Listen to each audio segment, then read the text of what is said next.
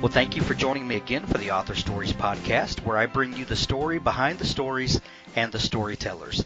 My very special guest this evening is Mary Buckham. Welcome to the show, Mary. Thank you, Hank. I really appreciate being here. Oh, you're so welcome, and I'm excited to have you on the show, a mutual friend of ours, and I'm excited to talk about your many exploits since then. But I'm going to ask you, like I ask everyone that comes on the show, would you please give us a little introduction into who you are and how you became a writer? Well, again, my name is Mary Buckham. I tell everybody that's like a deer and a pig. And only one person called me a cow sow or something. Oh, that's great. I came into writing in a route that I do not recommend for anyone. And it was a rough way. I grew up in a family of visual artists. They were creative. They assumed, and I assumed, I was not creative because the only thing I could do was write. I actually even married an artist. And when we had our fourth child, a little boy, we put him down to sleep one night, and he never woke up. Oh, my so I had to find a reason to get up every day. I had three other children under the age. I had a 5-year-old, a 3-year-old, and a 1-year-old. And I had to find a reason to keep moving, just one step at a time. That's all I could function. And when you get to the very, very, very bottom, you find out what really matters and who you really are and what you feel that you really are meant to do. So that, to me, was the gift of my son that he gave me. It didn't mean that it was an easy process, just because I wanted to write and tell stories. It was not going to be an automatic. But I feel that that was his gift to me, and I decided I would. At that time, I literally had no computer. I had no typewriter. I had a pen and a pad. My husband worked 2 jobs, and he would come home for about 2 hours in between them. And I would go to a local coffee shop, order a pot of Earl Grey tea, and write longhand for 2 hours. And at the end of the week, my pages made up a chapter. I would bring it into a coworker in a law office where I was working, doing billing on the weekends. And I quickly learned how to create hooks and make a compelling story. Because if she, at the end of typing my longhand pages, was not intrigued enough to keep writing, she would not put it into a computer for me. So it was trial by fire. Absolutely, and that's like the best kind of alpha reader. That's instant feedback. Oh, mercy. So tell me, what was that first story that you started writing after that tragic event? And my heart just breaks for you as you tell that story. My wife and I have 5 kids, and we've been through a number of challenges like every parent does. But that's horrific, and I can only imagine, and my deepest sympathies go to you there. But what was that first story that was born out of that? It was actually a historical novel. It was a story that had always just lingered in the back of my head, and I wrote that story. But then our next child was coming by the time I finished that story, and it was a story that I needed to write in order to understand what I didn't know, which was practically everything from it started one night to the end. And again, it took a long time to move from writing as therapy, writing to immerse myself into a world that was as far removed from my day-to-day world as I could possibly get. It was escapism, pure and simple, because that's what I needed. When I got serious about writing for publication, though, I decided that it was going to take a little bit more than just sitting down and randomly writing. So by the time that I started writing for publication, I had been working a job in the international banking field, and in credit card. So basically, two kinds of jobs that were very number oriented. I called it work for a reason because it did not come easy. And I worked those jobs, and they were so long and so many hours away. And by that time, we had had 5 children. And when I walked away from that job, I decided I was never going back into corporate America.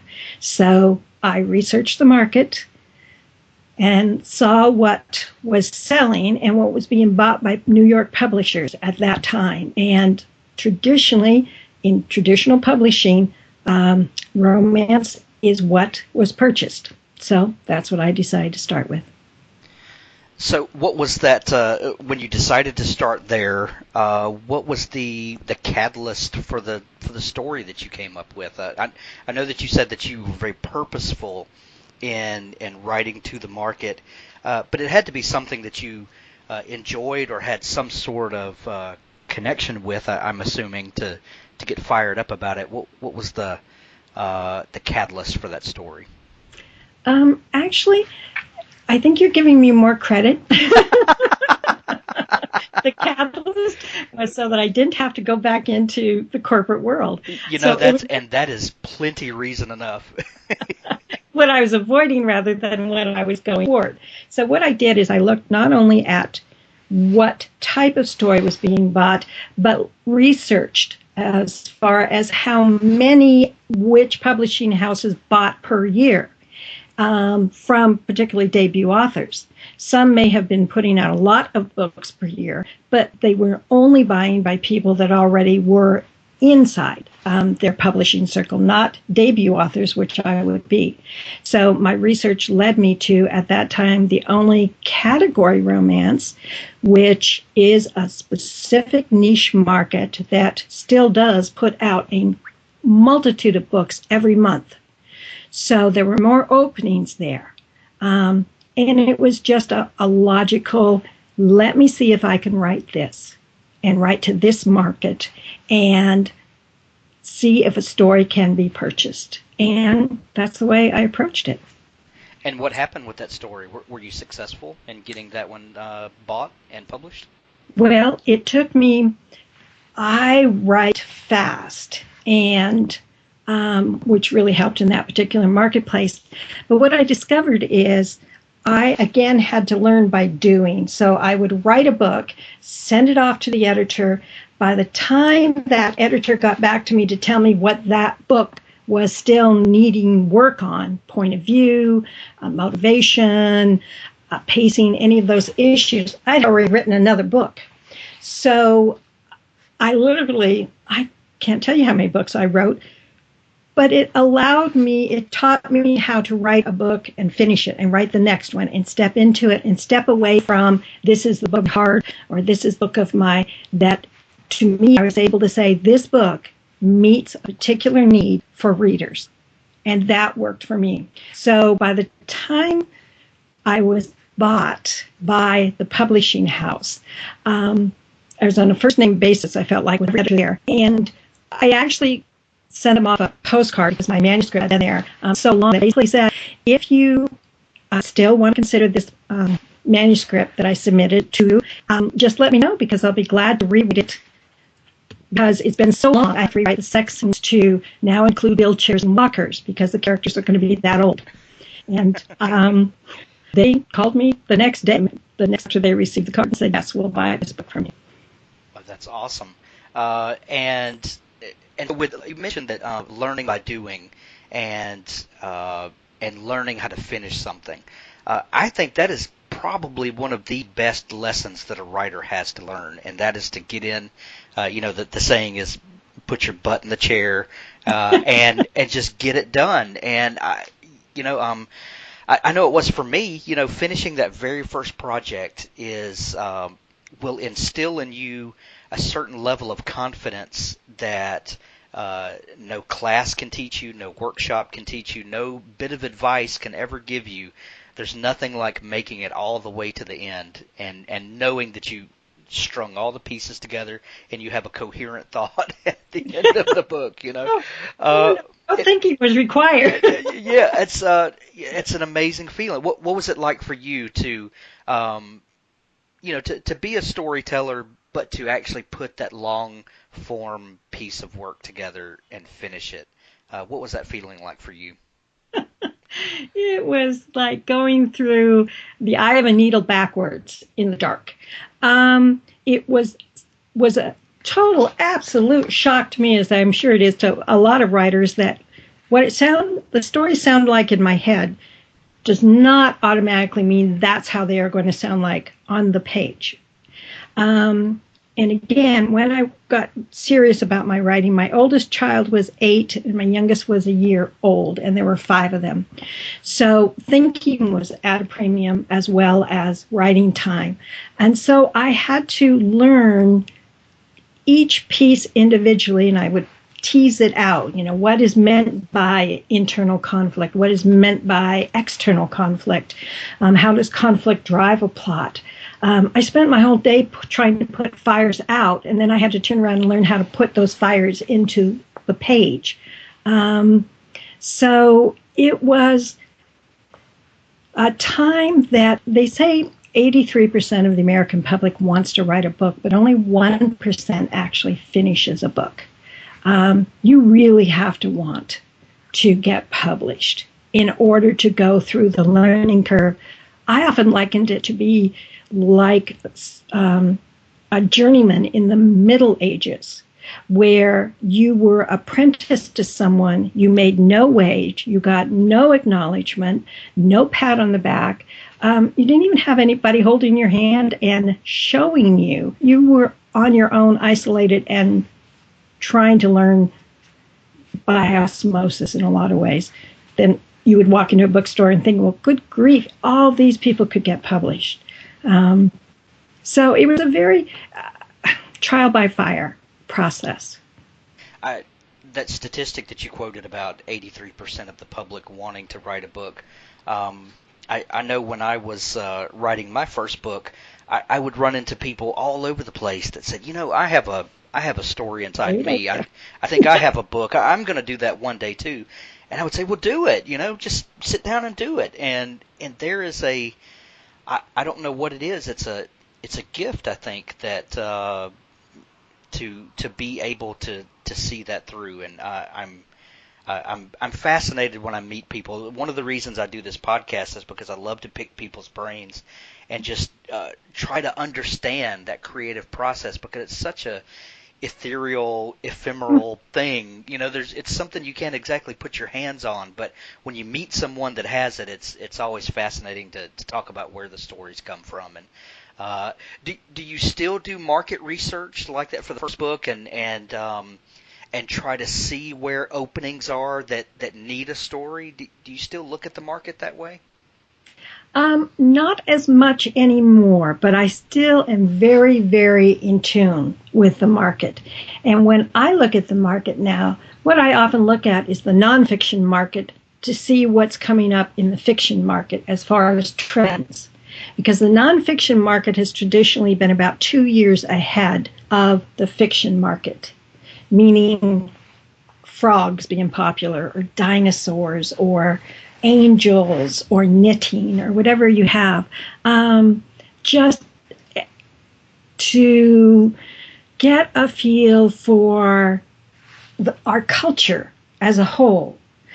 To me, those stories, the intrinsic heart of the story stays the same. It's not impacted by trends. But sometimes having a concept of trends helps you get the book into the hands of readers to get the message that they may not even realize they need to hear, but they're willing to hear it because it's along the lines of something they are interested in. Does that make sense? Yeah.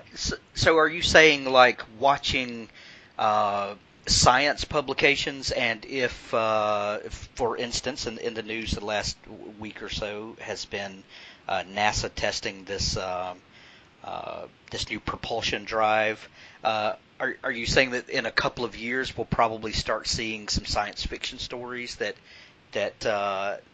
try to use some of this technology? Or are you talking about watching for those types of trends? Absolutely. Okay. Anything that is In our collective consciousness. right, exactly, our awareness. And we say, wait a second, I've heard about that. Unfortunately, the way my mind works is I often see, okay, now what if, for example, GPS. We all trust GPS and we all talk about, GPS leading us astray. But what if someone was able to program a GPS to send someone off a cliff? Oh And my. would That just got dark. yes. But think about it, because we are so comfortable with it, that it's an intriguing way to the what if scenario.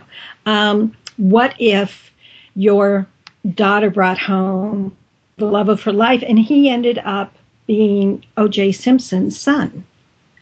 Um, Oh wow. that's to me is what we as a culture, we may not have been so aware of the ramifications of a child raised in a situation. But after that case, it would be a lot more, it would be easier for a reader to accept and say, oh, and that's what I like in my fiction, is that sense of, oh, I never thought of that. But you know what? That could happen. And I kind of like that little twist on things. Yeah. I heard Stephen King talking one time about someone asked him where the genesis for some of his stories comes from, and he said, "Well, sometimes I just watch people and I look at situations and I say, well, if I take this person and if this were to blow up in this situation, metaphorically or physically, Mm-hmm. then what would happen to these people?" Kind of taking commonplace situations, putting people in them, and just watching what unfolds. Absolutely. I was flying in from a conference, a reader's luncheon actually, last week. And as we were flying into the Seattle airport, I thought, you know, that an air traffic controller could actually kill a whole lot of people very quickly Oh yeah. without any oversight. And, there's something that, how would you write a book where the reader knows that this is who the person is that is going to go off the rail and everyone else is unaware? Wow. So, That's thinking. What if Al Qaeda would have infiltrated the air traffic controllers on 9/11 instead of a handful of airplanes? Wow. That's amazing fodder for for stories that start to think of you think of the level of trust that we have in the typical systems and the way those could go awry. There's thousands of stories just waiting to be harvested there. What types of fiction are you writing now? What genres are you targeting? Currently, I have two urban fantasy series that I'm writing. They are within the world of each other. So one series is a spin-off character from the first number of books. And they involve, they're actually based on the suspense books that I wrote that were traditionally published. And then the publisher decided not to continue publishing that line. So I had the second and the third books written, and 4 or 5 years after the first book had come out, people were still contacting me saying, when are the rest of these stories happening? So I took those characters, 5 women, I had them brought together in an agency, a covert agency. They were not from law enforcement. They were from everything except law enforcement, to infiltrate and fight preternaturals, because each of them had a little bit something going for them that they may not have embraced, but it helps them. Sometimes it hinders them in fighting a bigger issue and problems outside of themselves. So those have been really fun to work with. Again, I can use a lot of what if scenarios. And then I've also written recently a young adult series 3 books under the name Micah Kata. I was a co-author with that series with a New York Times author. I noticed that you had I was assuming a pen name. I didn't know that you were co-authoring there with someone.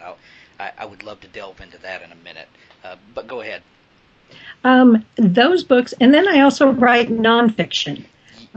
Yes, and we're going to dig into that in a minute too. But tell me about the urban fantasy.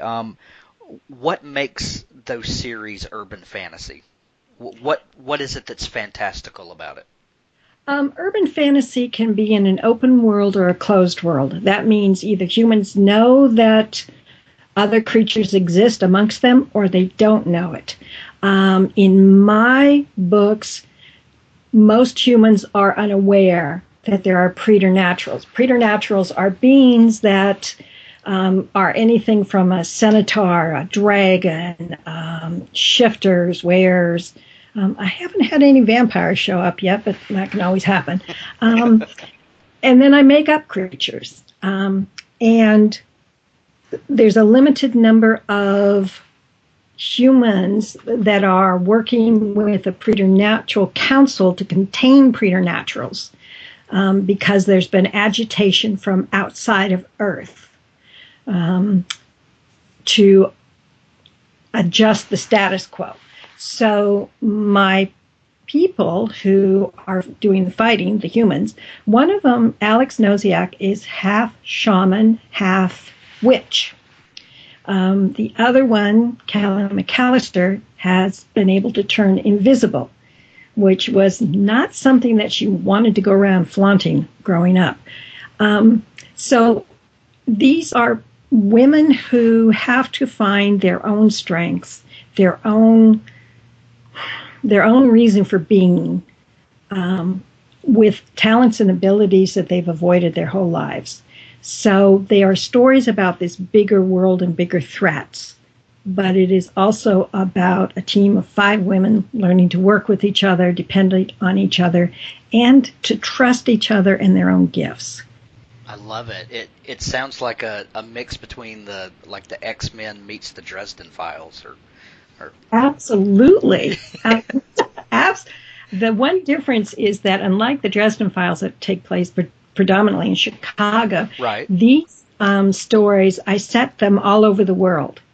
So they can be in Rwanda at one time. They can be in Fayette, Missouri another time. They can, I like to put them where they're encountering all sorts of unexpected amongst the normal, because that adds even more conflict and challenge for them, and it keeps everyone on their toes.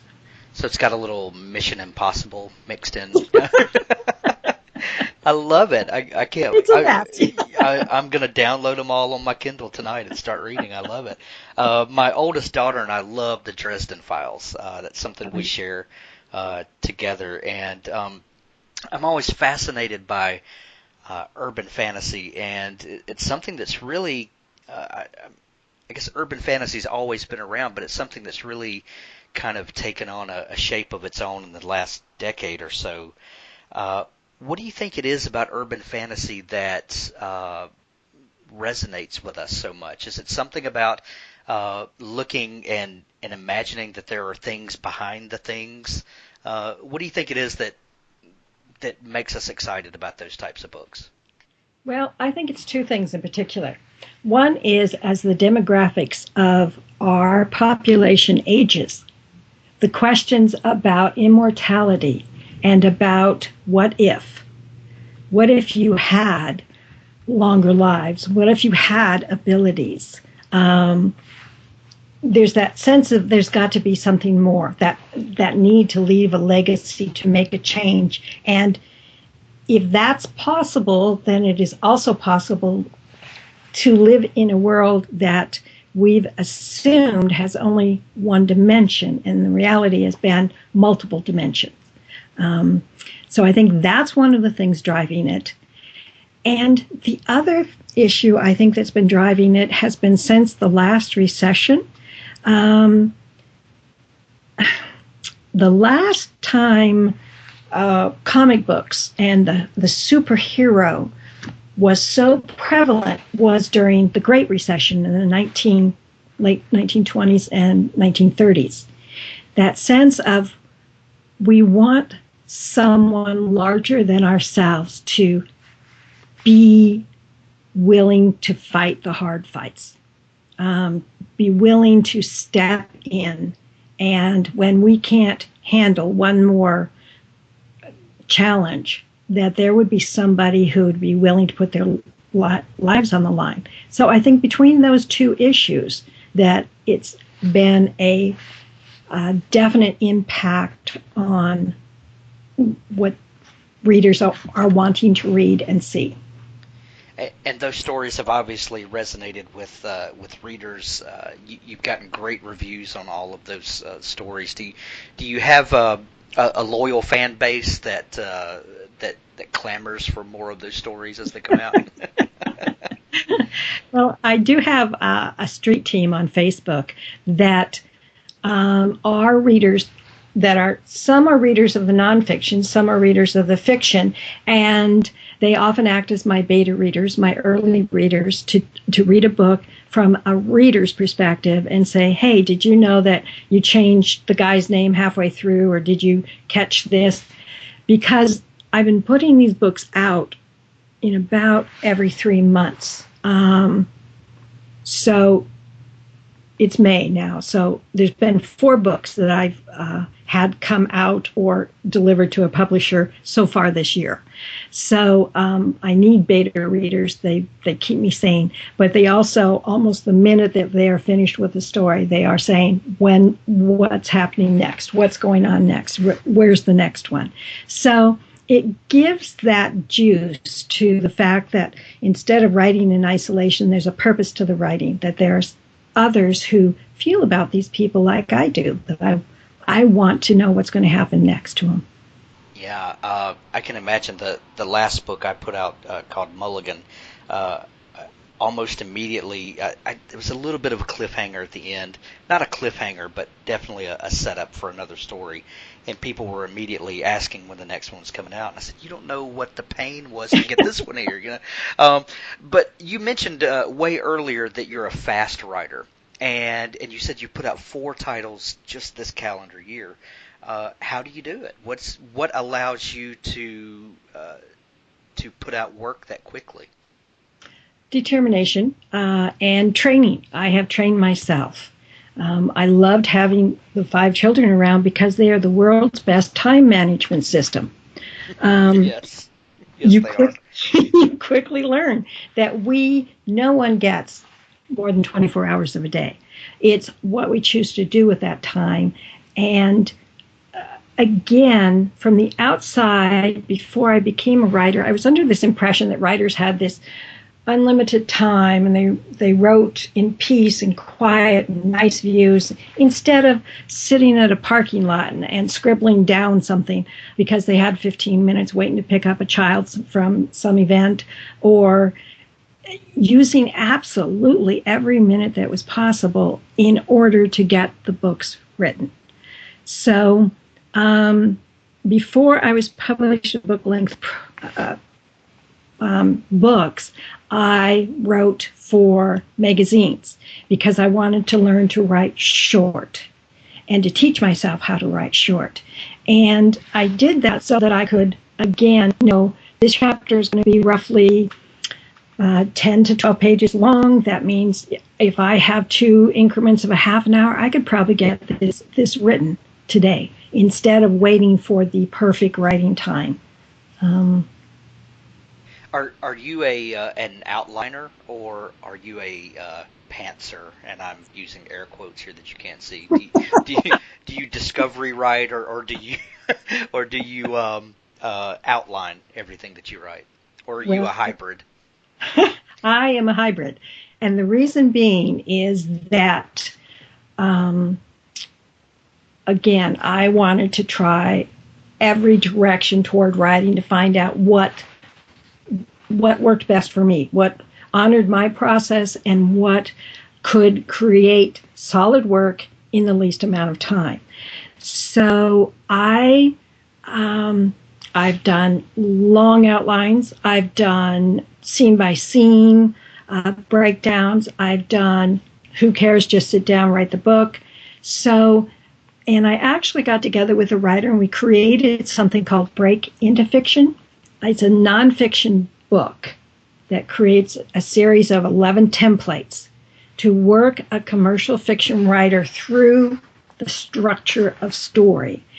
And we went around the country teaching small groups. I still teach a number of groups to plot their books because too many writers are under the impression that writing the first book is the end goal. And reality is that's the first down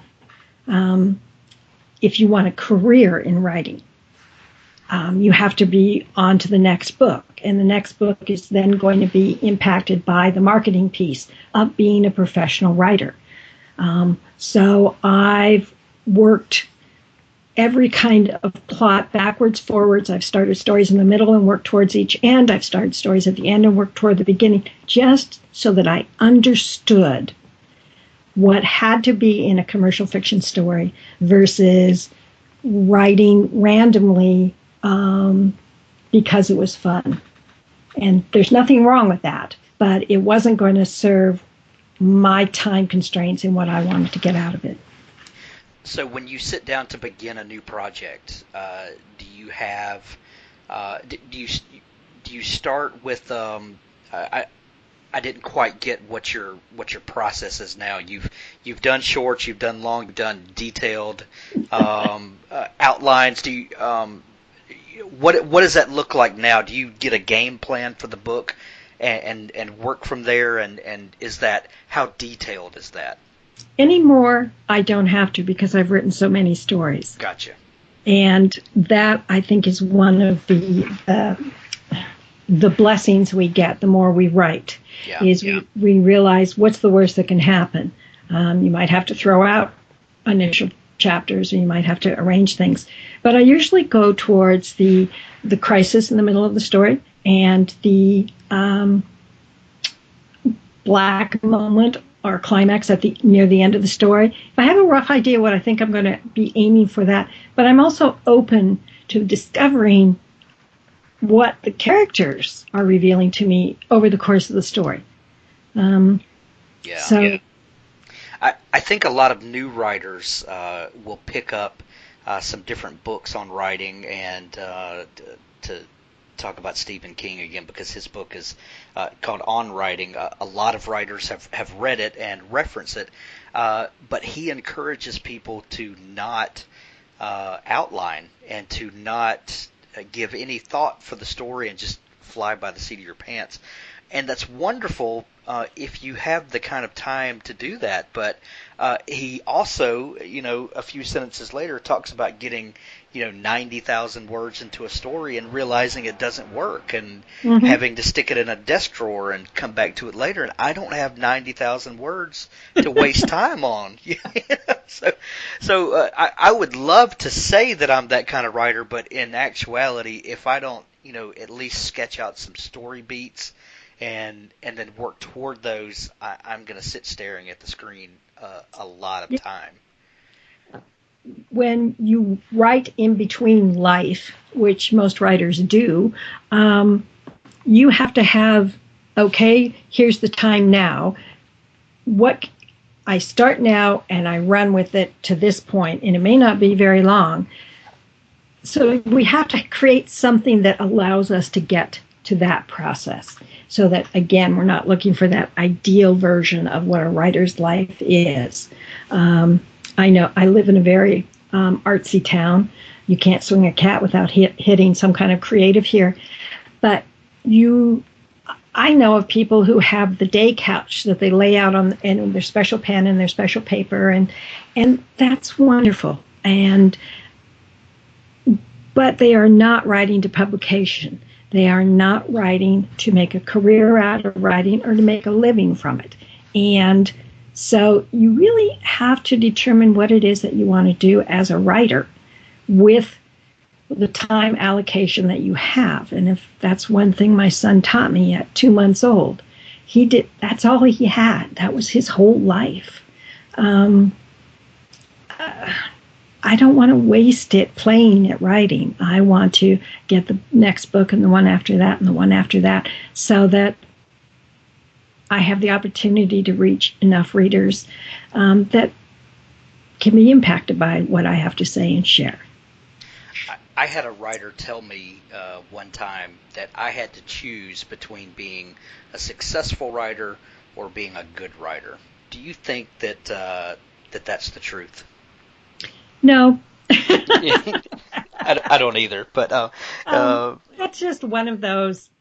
The intention behind it meant take the time that you need right. to actually learn the craft and understand it and understand what you're doing. But just because someone can, that to me is one of those rules that can freeze writers. And it makes you feel like if you write fast, it must be wrong. If you write multiple books, it must be wrong because somebody else's rule book says you can't do it that way. Well, they might not be able to do it that way, but if you can, why not? Absolutely. I totally agree with you. Tell me about your nonfiction writing. How did you get started in writing your series of books for authors? Well, there was a period between when my first traditionally published books came out and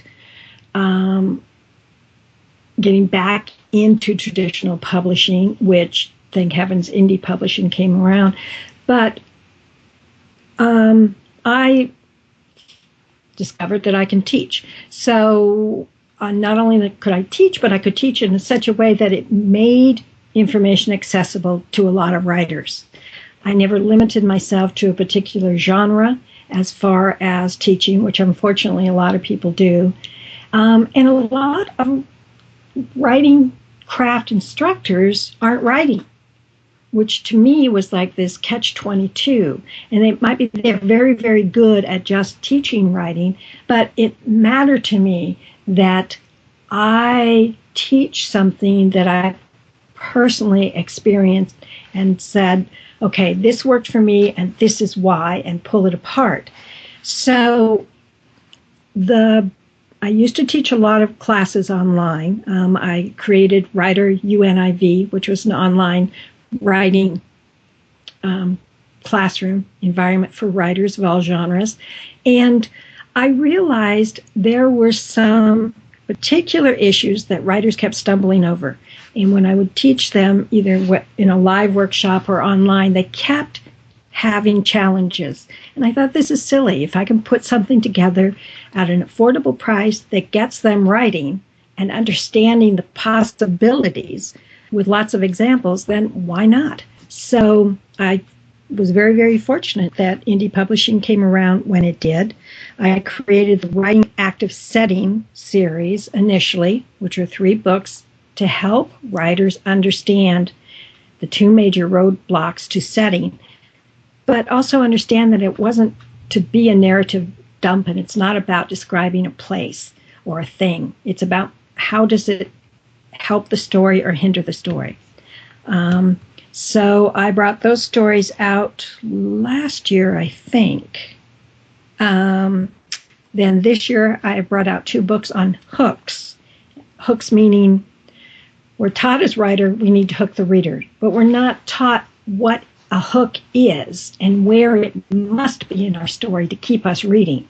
So I read lots and lots and lots of books in lots of genres to understand the concepts and then try to translate it onto the page. And so far it's been very well received, well enough that actually Writer's Digest came to me and asked me to consider putting my Writing Active Setting as a full book out for them, which will be coming out this November. Oh, that's awesome. And you put out the Writing Active Hooks books this year, and this is something that you've been working on since those early days when someone was transcribing your writing? Absolutely. Yeah. Well, tell me, what have you learned from then to now about writing those hooks, without giving away your book, obviously, but what things have you been able to grow in since that time, and how do you discover those things? Well, what um, I think Donald Moss, the agent, was the one that actually first addressed the concept of hooks as specific types of hooks, as opposed to just hooks in general. And from him, I learned to look for what are the most universal hooks. And that's what the way I broke it down in the books that I just released. One has the 5 most common hooks, and the next one has the 4 most common, but the ones that are kind of cause more speed bumps for writers, so that you can actually see that it's not just about raising a question, which happens to be one of the types of hooks, but there are others types of hooks too that can be just as powerful. And it's not about one hook, it's about multiple hooks and what's appropriate for what you're writing. So that's what I've combined in the 2 books that I recently brought out, was to show not just on my work, but with examples from all sorts of writers, literary writers, mystery writers, romance writers, whatever. This is the kind of hook that you see that keeps you reading deeper into the story. That's the whole intention of a hook, is to give the reader a reason to turn that page, and where those type of hooks have to be in order to get them to keep reading throughout the story, as opposed to setting a story down, which we've all done, and never come back to it.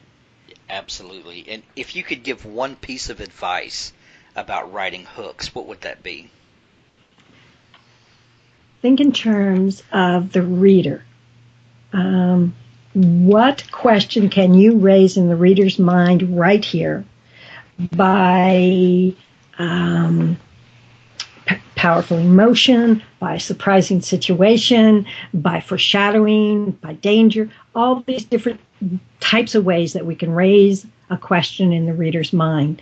But you have to understand the pacing of what it is you're writing, because too many of the strongest hooks in the wrong kind of a story for those hooks. For example, the kind of hooks that work well in thrillers or urban fantasy or suspense are not necessarily the ones that are going to work in the same way if you are writing cozy mysteries or women's fiction. But that they can apply with an understanding of the intention of that hook. So how's that for a long? That's a great answer. That's a great answer, and I'm going to link up those books in the show notes for sure, so that and I'm going to pick up my copy of those as soon as the show is over. Tell me about this series that you've got that you're co-writing. What were some of the? How did that come about, and what are some of the challenges of co-writing with another author as opposed to dreaming it all up yourself and having complete control over a story? Well, the author that I worked on in the Break Into Fiction project is the one that we actually ended up co-writing the urban. It's an action adventure, sci-fi for the young adult series, and we started it because we get together at least once, sometimes twice a year, and we'll plot out in a week, maybe 7, 8, 9 books, giving us enough plots that we then come back to our own homes and write those books. And one of the books I had started working on was a mystery series with Native American protagonist. And she said, what if that was a young adult book instead? And I wasn't interested at that time in writing just to the young adult market. But we got talking about it back and forth, and so we decided, why not try it? I think there might have been 3 martinis involved in there somewhere. But once it grabbed our imagination, we went to one of the SCBWI, which is Society of Children Book Illustrators and Writers conferences. We listened to what the editors and agents were saying, and they, at that time, were saying, no more dystopian. Hunger Games has cornered the market. Don't write that. But we do want sci-fi and action-adventure. And that's exactly what our story was about. So we sat down, we wrote the first book, and you have to be working with another professional, meaning somebody whose approach to writing is the same as yours. And our approach is, if it doesn't serve the story, it gets booted.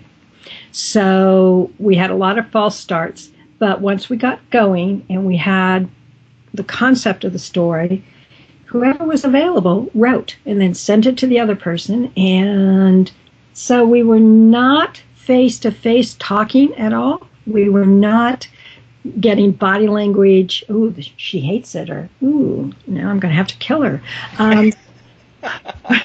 We just sent it off and to each other. And when the book finally was finished, the first book, we could not tell who wrote what. And that's pretty neat. Yeah, we had to agree that it was ready. And if it wasn't, then we would pull back. And, you know, if at any time she said no go, or I said no, not working, it's not working, we would have scraped the project. What are the challenges in launching a new pen name that is neither your name nor your co-writer's name, and starting from scratch again?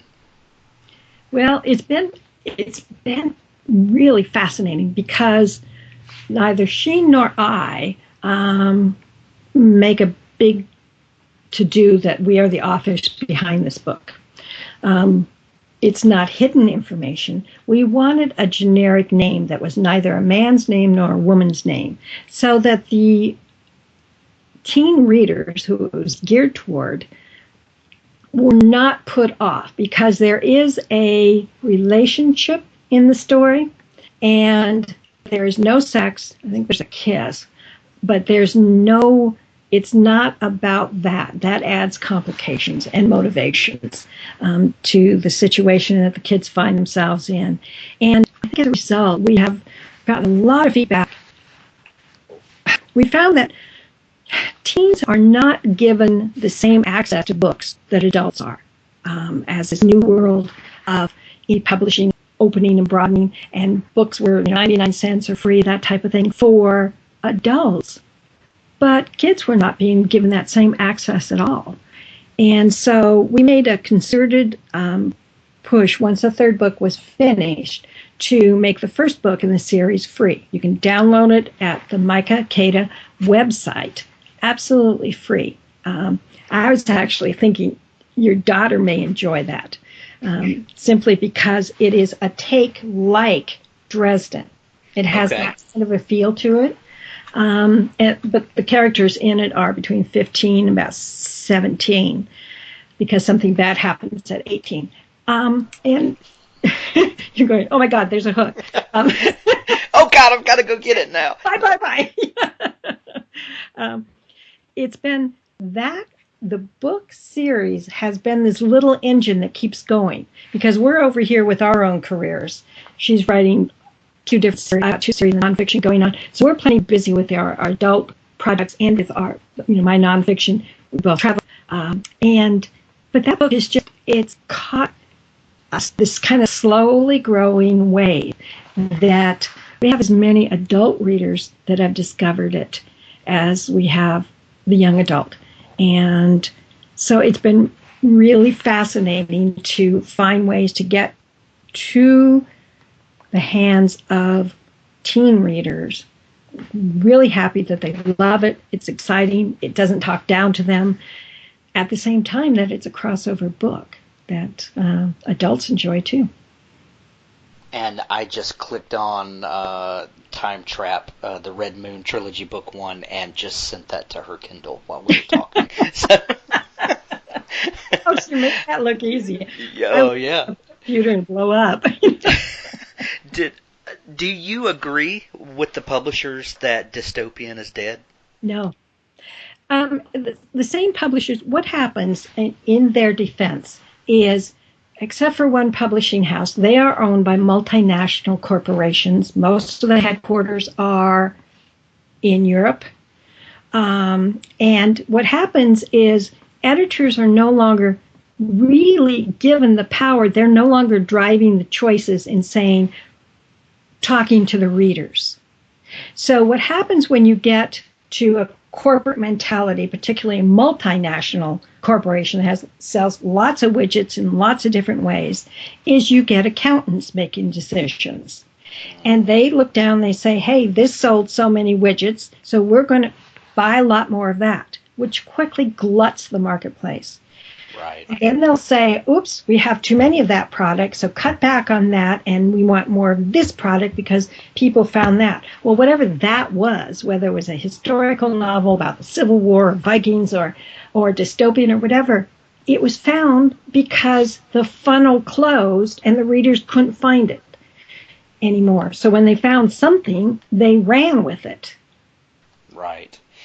And that also negates any of the other things that make a story great that have nothing to do with setting or any, maybe it has to do with that it's a believable character that is likable, and there's a certain emotional struggle that resonates with people that has nothing to do with whether it's dystopian or not.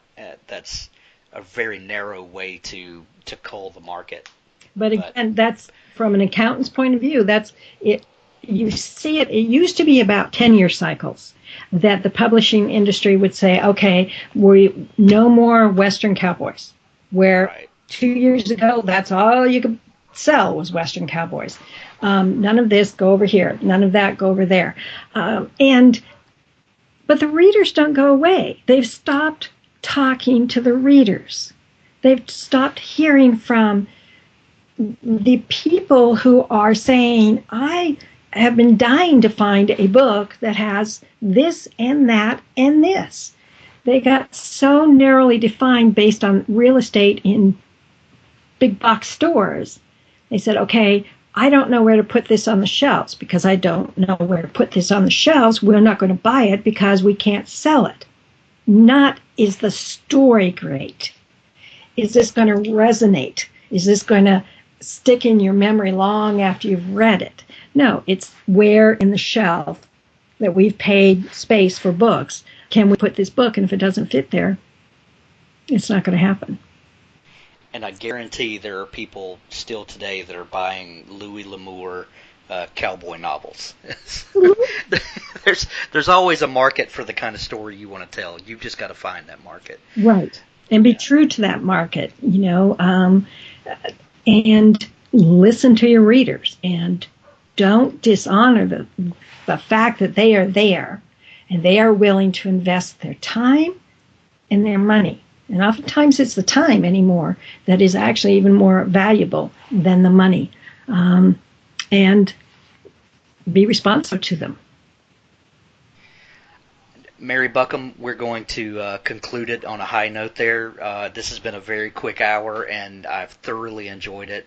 Thank you so much for coming on the program and sharing your story and your insights with us. Tell everyone where they can find you and your work, and let the listeners know what you have coming up that they could be excited about watching for. Oh, thank you, Hank. I am on Facebook. I'm on a regular Facebook page. I have a fan page under Mary Buckham fan page. I have Mary Buckham page, and then I have a street team page that's Mary Buckham's Book Ninja. And those are the smallest group out there. I'm on Twitter. I'm on Pinterest, where oftentimes you'll see some of the ideas, images that help spark creativity for the different series that I'm working on. all of my books are available through any online retailer. So you can get it at Amazon, Barnes & Noble, Smashwords. And as far as what's coming out next, I'm currently working on the next urban fantasy story. The first novella in the series, called Invisible Prison, is free on all online retailers. It's a short novella, so you can get a feel for if you like the world of my characters. And this year there will be more nonfiction coming out on writing active body language for writers, writing body language differences between men and women, and writing active body language for emotion. So that will be coming later this fall. Excellent. I can't wait to get them all. Mary, thank you so much for taking time out of your busy schedule to come on, and I will put links to all of your work in the show notes and send people to see you. Thank you very much. Thanks, Hank. I really appreciate it.